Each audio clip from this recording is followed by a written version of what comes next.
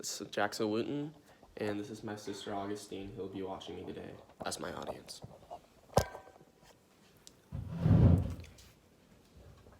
On May 18, 2018, a teen shooter used a shotgun, a .38 caliber revolver that he took from his father to kill 10 people and injure 10 others at Santa Fe High School in Texas. This marked the 1,686th mass shooting since Sandy Hook Elementary School in December 2012. As a concerned American citizen, every day I see news stories about another American youth like me harmed by guns, even if it is in their own home. I am one of millions of people who are scared for the youth of America due to guns. In the next few minutes, I'll discuss why the CAP law, which requires parents to keep guns away from children, will help prevent the deaths of many young American lives. There are an alarming amount of deaths caused by guns to the youth today. According to EverydayTownResearch.com, annually 3,000 children and teens ages range 0 to 19 are shot and killed, and 12,700 are shot and wounded. That's an average of 43 American young people every day. Those people that die from accidental shootings are more than 3 times as likely to have a firearm in their own home than those in the control group. 110 of these are unintentional, and 89% of these happen with a parent's gun inside of their own home. All these known facts, and yet 1.7 million kids live with unlocked or loaded guns within their household.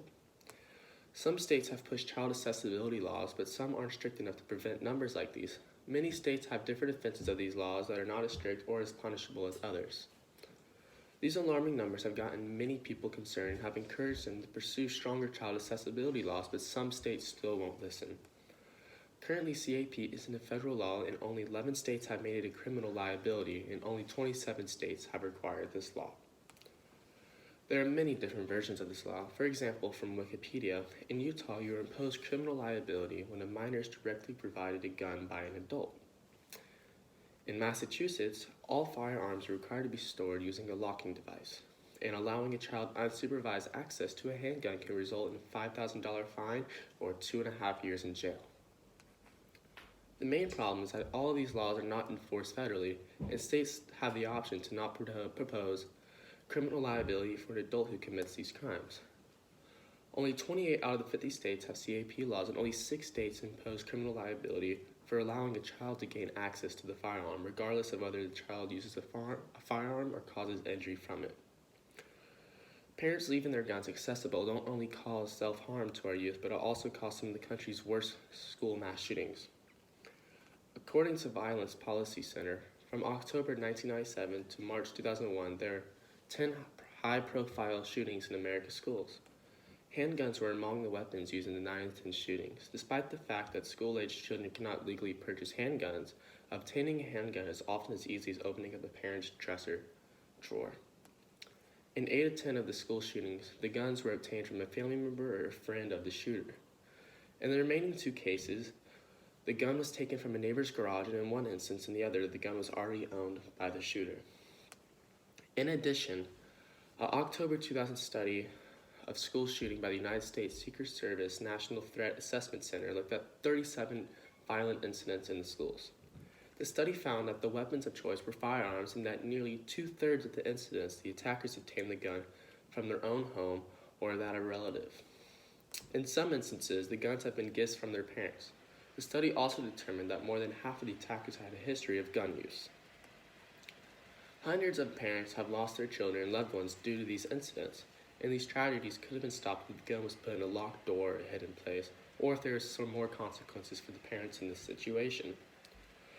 With all of these facts, it is clear why the government needs to make all child accessibility laws federal to help prevent deaths of young American youths. We need to make child accessibility laws federal and make the parents have more criminal liability.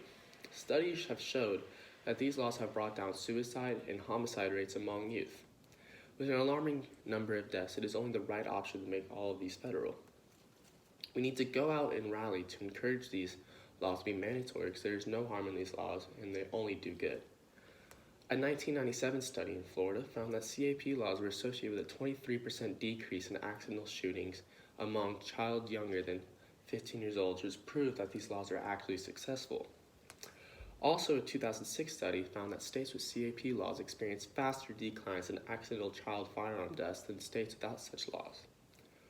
In another recent 2020 study differentiated between states with stronger CAP laws and states with weaker CAP laws, they found that the stronger CAP laws were associated with a 13% reduction in all shooting deaths among child younger than 15 years old, with a 15% reduction in homicides and a 12% reduction in suicides, and also a 13% reduction in accidental deaths. There are these studies that show that these laws save lives and should be mandatory in every state. A way to help out with this problem is to vote for a president that wants to enforce these laws. Depending on where you're from, there are always ways to vote for stronger laws to help protect the youth. There are also ways to get the word out, like holding rallies to support these laws and to focus on our government. To conclude, I've shown the benefits of making child accessibility gun laws federal, and a criminal liability will help many young American lives. We must see how guns are affecting our youth, and we need to make stricter laws against our guns, or more lives are going to be lost. Now ask yourself, what is holding you back from saving hundreds of young American lives? Thank you.